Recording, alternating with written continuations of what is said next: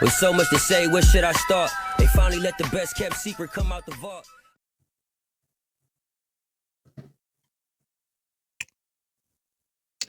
What's good, everyone? So, today I want to ask you this question. Why is race always a go-to issue in Trinidad politics? Why is race always the go-to issue in Trinidad politics? And I'm raising this question because I saw recently a headline about the opposition leader, Kamla Persad Bisesa, playing the race card over an incident that happened. I'm not going to go into details of the incident too much. You could go look the incident up yourself. I've placed the details of the incident here. But she is now being accused of playing the race card. Now, this isn't a run-up to the general election, as you know.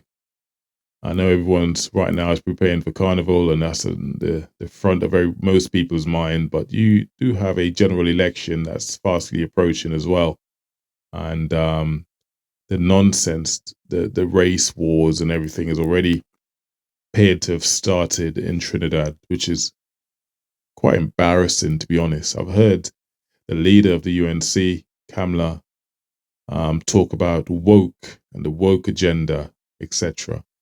And it's, again, it's just embarrassing.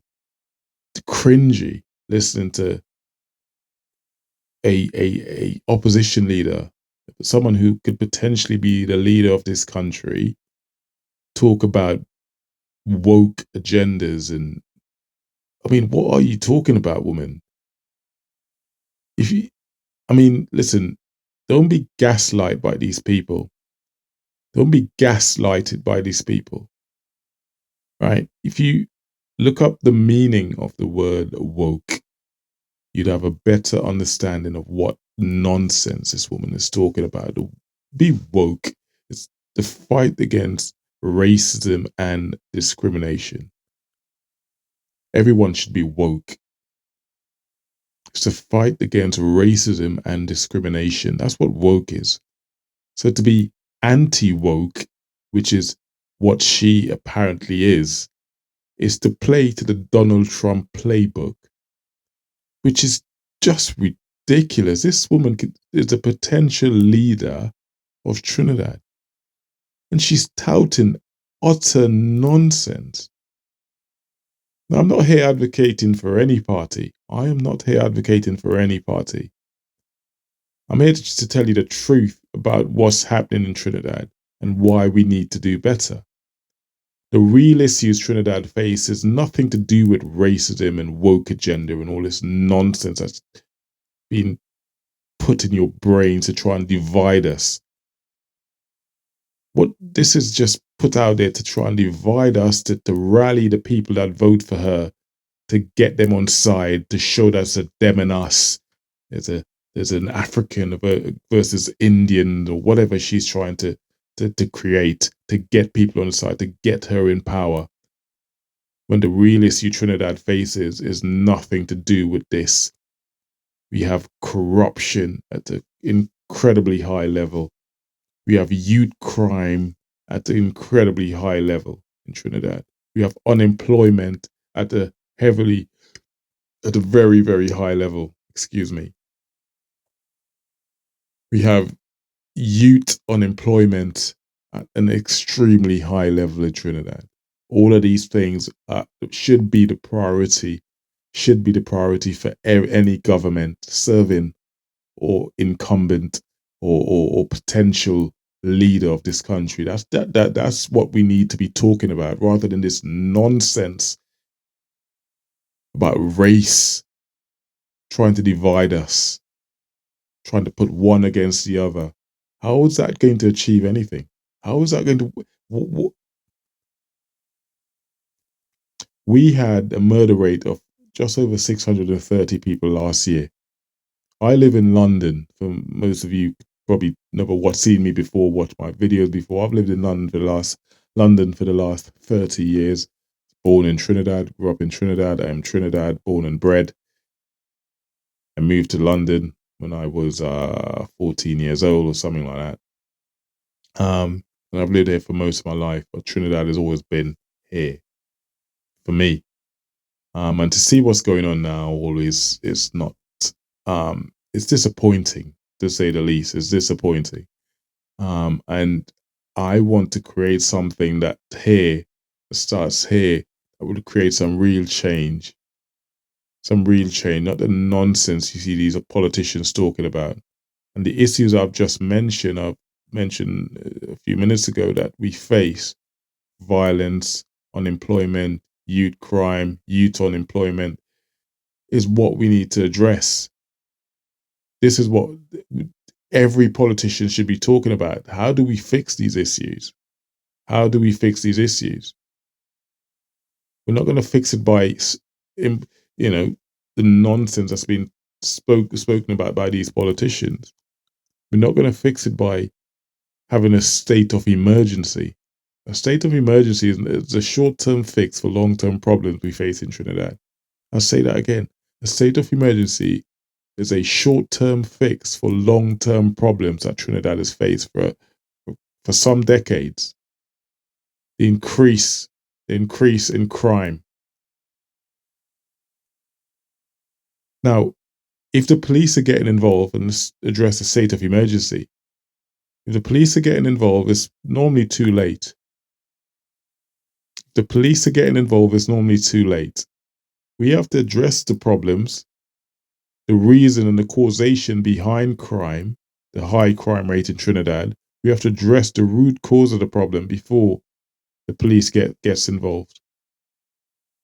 And why is the crime rate in Trinidad so astronomically high? Why is the crime rate so high? Because there's a lack of employment, there's a lack of opportunities. These youths have seen no way out. And I know people think, oh, it's easy to make excuses. No one's making excuses. That's just the facts. If there's a lack of opportunity, the lack of unemployment, you wonder why most kids or most youngsters want to leave Trinidad to go to the UK or go to the US, because they see opportunities over there that they wouldn't get in Trinidad. They see opportunities over there that they would not get in Trinidad. And those that cannot go, you find that they cannot get job opportunities, they cannot get work, and eventually they get desperate, and that leads to what? Crime. That leads to what? Selling drugs. That leads to what? Selling drugs, carrying a gun. That leads to what? Murder, attempted murder, robbery, arson,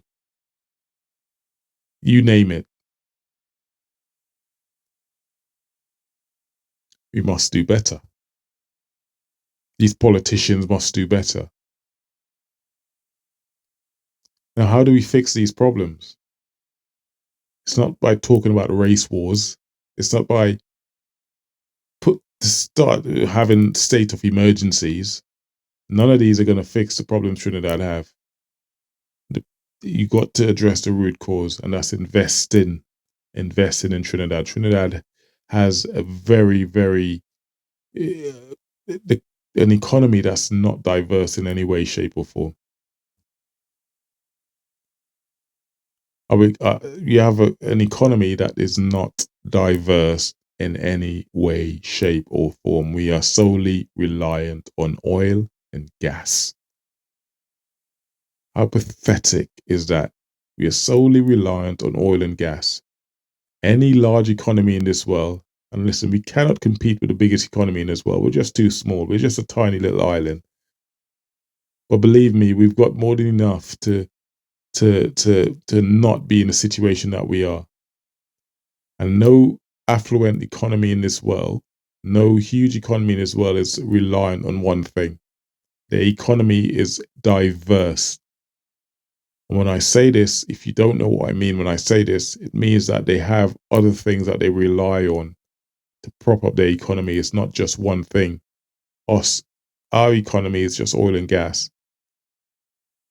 We should be looking at things like manufacturing in Trinidad. We should be looking at things like tourism in Trinidad. We should be looking at things like agriculture in Trinidad. Massively underdeveloped. So when the oil price is affected, we're good, right? We have other things. When you're solely relying on oil, the minute the oil price is affected, or the supply of oil doesn't reach the demand, everything is supply and demand. The more demand we have for it, the more we have to supply it. And if we can't keep up, then we can't keep up. The economy is affected. As you all know, we used to have a refinery in Trinidad called Petrotrin. Due to government mismanagement, that was lost. In order for a company like Petrotrin to keep going, they had to keep up with the international demand for refined oil. If we don't look after the refinery itself, and we don't update the refinery, if we don't update the equipment in the refinery, we don't keep it up to date, then the refined oil we supply to the rest of the world, the international world, would not be good enough. And that's what happened to Petrotrin. They didn't keep their systems up to date. Government mismanagement meant that they needed to invest in the systems to keep up with the international demand for refined oil. But they didn't do that. We couldn't keep up. The company was run into debt, billions of pounds in debt, and therefore the government had to call an end to Petrotrin. So we lost an oil refinery. We haven't had one since. So we now supply our raw oil to places like America, which is our largest buyer, places like Morocco, Spain, etc. We supply gas to. But our biggest supplier is, the country we supply the most to is America. As you know, America now has a new president called Donald Trump. Donald Trump is an America first only president. He could care less about Trinidad. We will at some point in the next 4 to 5 years have to stand on our own 2 feet and not rely on Big Brother or Big Daddy, that's America. Donald Trump is America first only. Trinidad is a tiny, tiny dot in the ocean to him. If Trinidad didn't exist, America would be perfectly fine. We do 40% of our trade with America. 40%. We are over-reliant on them. We are over-reliant on America. We are now trading or selling oil to a Caribbean rival, Jamaica. Why? Because Jamaica now has itself an oil refinery. Yes, Jamaica now has itself an oil refinery called Petro Jam. Go Google it if you've got a phone, look it up. We supply oil to Jamaica. Jamaica refines that oil and sells it back to us. We sell it to them, they refine it through their company, their refinery called Petro Jam, and they sell it back to us. That's how far we've fallen. But that's not necessarily a bad thing. I don't see Jamaica as a rival. I see them as a partner. Here in the UK, in Europe, you have the European Union. They trade with each other. Belgium, you've got some chocolate. France, I don't know what they've got. They've got some pears. And they trade with each other. They trade with you. Trading works best if you trade with your closest partners. People that's in closest proximity to you. You trade with the people in closest proximity to you, you tend to flourish. Both parties. You tend to do a lot better. So if we trade with Jamaica, we sell our oil to Jamaica, Jamaica refinery to sell it back to us, is better than us selling our oil to America and buying it back at a higher rate. And it reduces the reliance on Big Brother America. So this is not a bad thing. This is a good thing for the Caribbean. Anyone that's saying it's a bad thing necessarily, I can see why people are slightly jealous, because we used to have our own refinery. Our economy was way above Jamaica, but they're slowly catching up because they've now got themselves an oil refinery. But that doesn't mean we can't work with them, and we are doing that right now. We're selling oil to Jamaica. Places like Guyana has an untold amount of oil. They haven't got a refinery. They're selling oil to Jamaica as well. So the Jamaican economy is on the up, which is good for the Caribbean. We cannot keep relying on America. We cannot keep relying on the West, on Europe. We have to stand up and fight for ourselves. We have to take the stabilizers off our bicycles and start riding for ourselves now. And we've got the ability to do it. We just have to use our head and be a bit more diverse with our economy. The reason you can't get your foreign exchange out of the bank is because our economy is suffering. If we have a more diverse economy, like I've said to you before, manufacturing, tourism, etc., then our economy is propped up. It does a heck of a lot better. So these are the things that these politicians need to be talking about. We're currently in a state of emergency, where violence in Trinidad is so bad that the Prime Minister's called a state of emergency. That's a short-term fix for long-term problems. The long-term solution is investing in the youngsters, investing in the youths, giving them opportunities, giving them jobs, giving them something to aspire to, rather than aspiring to going to America or going to the UK or selling drugs. Because that's their current aspiration. The reason we cannot do well, we're not doing well, is because we're not propping up our youths and investing in them. They are the future of the country. We should be investing in tech and AI, entrepreneurship, apprenticeship, tech. That's the way the world's going. We need to be investing in these things, but we're not doing that. Instead, we're giving the police more this, and we're giving the police more weapons, and we're giving them more powers, because these are all nonsense talking points. They're never going to fix the problem long term. They say the definition of insanity is doing the same thing and expecting a different result. We've been doing the same thing for years in Trinidad. Nothing has changed. We must do better, and better starts here. So I'm asking you to join this network. Subscribe, tell a friend to come and join us, because this is the only way we could hold these people to account.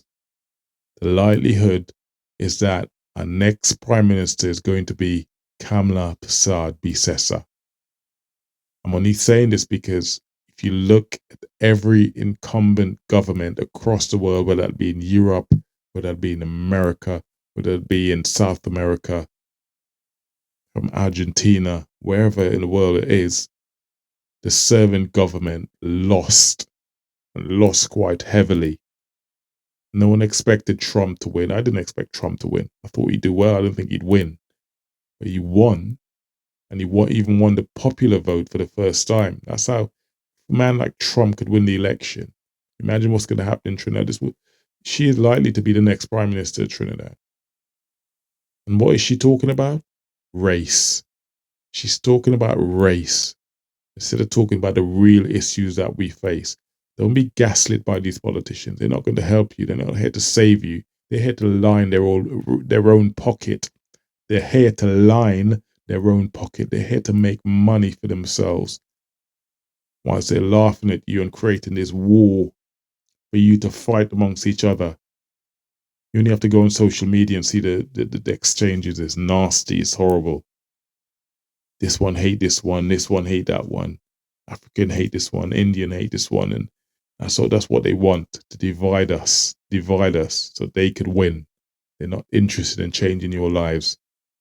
They're not interested in changing your lives. So we have to do it ourselves, and change starts here. I ask you to like the video, subscribe, tell a friend to tell a friend, spread the message, spread the word. Trinidad Empowerment Network is a place to be. Real change starts here. See you in the next video. For now, take care. God bless. Peace.